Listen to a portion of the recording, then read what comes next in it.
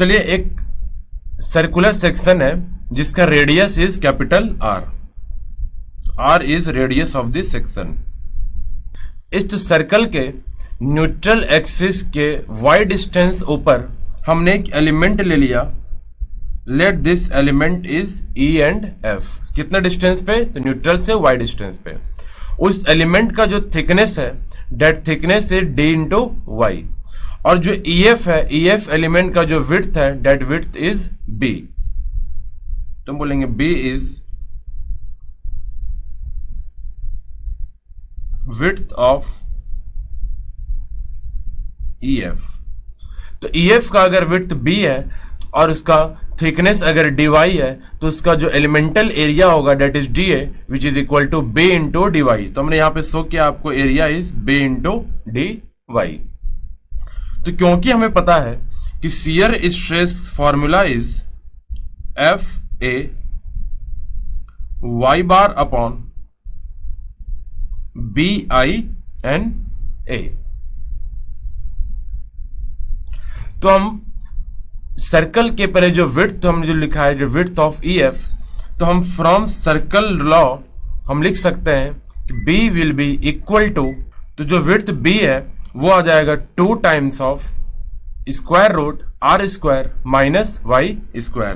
तो ये सर्कल का प्रॉपर्टी होता है। तो सर्कल की प्रॉपर्टी से हमने ये लिख लिया। अब अगर हम आगे टाउ के फॉर्मूला को देखें तो ए वाई बार क्या है? तो a Y bar is moment of area of shaded portion from neutral axis, which is equal to integration of y into d a. और जब हम इसे y इंटू डी ए लिख रहे हैं तो इसको इंटीग्रेट करेंगे। तो इंटीग्रेट कहां से करेंगे? तो जो y डिस्टेंस है उस y डिस्टेंस से टॉप डिस्टेंस तक, डेट इज y से लेके r तक, तो हम बोलेंगे this integrating it from y to r, means A Y bar is integrating y to r। किसका? तो y इंटू डी ए का। तो आप यहां देखिए, यहां पे वैल्यूज को हम पुट कर सकते हैं and that value will be equal to, तो हमने डी ए का वैल्यू पुट कर दिया एंड डी ए हमारा क्या था? That is B into D Y. तो फिर आगे हम अगर b का वैल्यू जो हमने लिखा था 2 times of root under R square minus Y square, तो b के वैल्यू को पुट किए तो हमारा ए वाई बार मिल गया। This A Y bar is integration y to r y into 2 into root R square minus Y square into D Y. जब हम इसको इंटीग्रेट करेंगे तो हमारा ए वाई बार आ जाएगा 2/3 of R square minus Y square का पावर 3/2। तो जब हम ए वाई बार के वैल्यू को पुट करेंगे टाउ के फॉर्मूला में, तो टाउ हमारा क्या था? That is F into A Y bar divided by I N A into B. तो बी हमें मिल गया है। आई एन ए क्या होगा? तो हम बोल सकते हैं एक सर्कल के लिए आई एन ए होता था हमारा π/64 डी पे पावर 4, बट अगर हम डायमीटर को रेडियस के फॉर्म में लिखेंगे तो ये क्या हो जाएगा? तो पाई इंटू 2r का power 4 upon 64 and 2 to the power 4 is 16 and 16/64 is 4। तो ये हमें मिल गया pi r to the power 4/4। This is I N A. जब हम इसको फर्दर सॉल्व करें तो हमारा टाउ का फॉर्मूला मिलेगा विच इज इक्वल टू, तो जब आपको टाउ का इक्वेशन ये मिल गया तो हम यहां से देख सकते हैं कि shear force F is constant, 4/3 is constant, pi is constant, capital R radius is constant. तो हमें क्या मिल रहा है कि जो शियर स्ट्रेस है, this shear stress is function of y square. तो जिस तरीके से रेक्टेंगुलर सेक्शन में हमें शियर स्ट्रेस फंक्शन मिला था y स्क्वायर का, ठीक उसी तरीके से सर्कुलर सेक्शन के लिए भी शियर स्ट्रेस फंक्शन है y square. It means variation is parabolic in nature.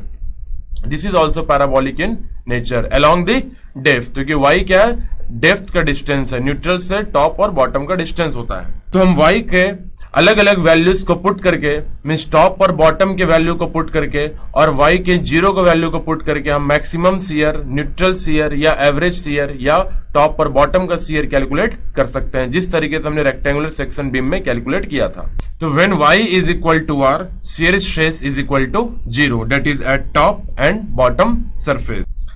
अब देखिए, जब हमें टॉप और बॉटम पे शियर स्ट्रेस 0 मिल गया है, तो अगर हम चाहते हैं to determine the location of maximum shear stress, तो मैक्सिमम शियर स्ट्रेस का लोकेशन कैलकुलेट करने के लिए हम इस टाउ को डिफरेंशिएट कर देंगे y के रिस्पेक्ट में और उसको इक्वेट करा देंगे 0, क्योंकि हमें पता है फॉर मैक्सिमम वैल्यू किसी फंक्शन को अगर डिफरेंशिएट करके 0 से इक्वेट करा दें तो हमें location of maximum shear value मिल सकता है।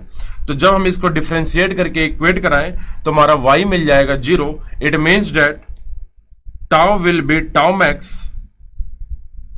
व्हेन y इज 0, और y 0 कहां पे होता है, तो एट न्यूट्रल एक्सिस। तो हमने रेक्टेंगुलर सेक्शन पे ये चीज आपको सॉल्व नहीं किया था क्योंकि वहां पे हमें पता था, उस जैसे डायरेक्टली हम यहां पे भी लिख सकते थे कि जब इस फॉर्मूला को देखें तो ये पार्ट, जब y वाला पार्ट 0 हो जाएगा तो हमारा शियर स्ट्रेस क्या मिल जाएगा, मैक्सिमम। तो हमें इसमें ये शो करने की जरूरत नहीं है, बट आगे जब डिफरेंट सेक्शन में हम स्टडी करेंगे तो जब हमारा पैराबोलिक वेरिएशन यूनिफॉर्म नहीं होता है तो ऐसे कंडीशन पे इस मेथड को फॉलो करना हमें इंपॉर्टेंट है। तो अभी आप नहीं भी करेंगे तो चलेगा। तो हमको ये चीज ध्यान रखना है कि shear stress function of Y square, आप बोलेंगे टॉप और बॉटम पे शियर स्ट्रेस 0, लेकिन आप ये स्टेटमेंट शो करेंगे कि when y tau is equal to tau max when y is equal to 0, that is a neutral axis। तो tau max होगा कितना, तो वैल्यू पुट कर दें, tau max is equal to, अब y को 0 इस फॉर्मूला में रख देंगे तो मिल जाएगा it is 4f upon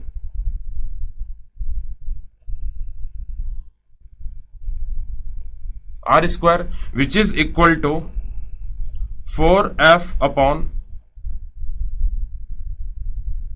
3 pi are square. तो this is the maximum shear stress. अब देखें कि ये जो मैक्सिमम शियर स्ट्रेस हमें मिल रहा है जो 4f upon pi are square है, तो एक सर्कल सेक्शन के लिए क्रॉस सेक्शनल एरिया क्या होता है, pi are square, means it is equal to 4/3 times of f upon area of cross section. और हमने अभी रेक्टेंगुलर सेक्शन में आपको बताया था कि जब भी direct shear force upon area of cross section आप लिखते हैं then this represent average shear stress, this is tau average. तो ये दो बहुत ही इंपॉर्टेंट फॉर्मूला हमें मिला यहां से कि maximum shear stress is 4/3 times of tau average, that is force upon area of cross section, और एरिया ऑफ क्रॉस सेक्शन क्या होता है, पाई आर स्क्वायर, या अगर आपको सर्कल का डायमीटर दिया रहेगा तो आप लिखेंगे 4/3 into F divided by pi D square upon 4, क्योंकि आर को हम रिप्लेस कर देंगे d/2 से। तो एरिया ऑफ क्रॉस सेक्शन तो या तो पाई आर स्क्वायर लिखिए, और या तो area of cross section pi are square लिखिए और पाई/4 डी स्क्वायर। तो इन दोनों में किसी भी फॉर्मूला को हम यहाँ पे पुट करेंगे एरिया ऑफ क्रॉस सेक्शन पे, तो हमारा मैक्सिमम शियर स्ट्रेस का कैलकुलेशन मिल जाएगा। तो अगर इस सर्कुलर सेक्शन का अगर हम डिस्ट्रीब्यूशन डायग्राम बनाए जो शियर स्ट्रेस डिस्ट्रीब्यूशन है, तो हम बोलेंगे at top and bottom shear stress is 0, at y is 0, तो y 0 कहां पे होगा, तो मिड डेप्थ पे, तो shear stress is maximum, and from top to bottom shear stress is parabolic in nature, this is parabolic variation. तो हम बोलेंगे कि जो टाउ है न्यूट्रल एक्सिस पे, this maximum shear stress is equal to shear stress at neutral axis, and this distance is equal to d/2, and this is also d/2 which is equal to radius of the solid circular shaft, या हम बोलेंगे mid depth पे, and this variation is parabolic variation.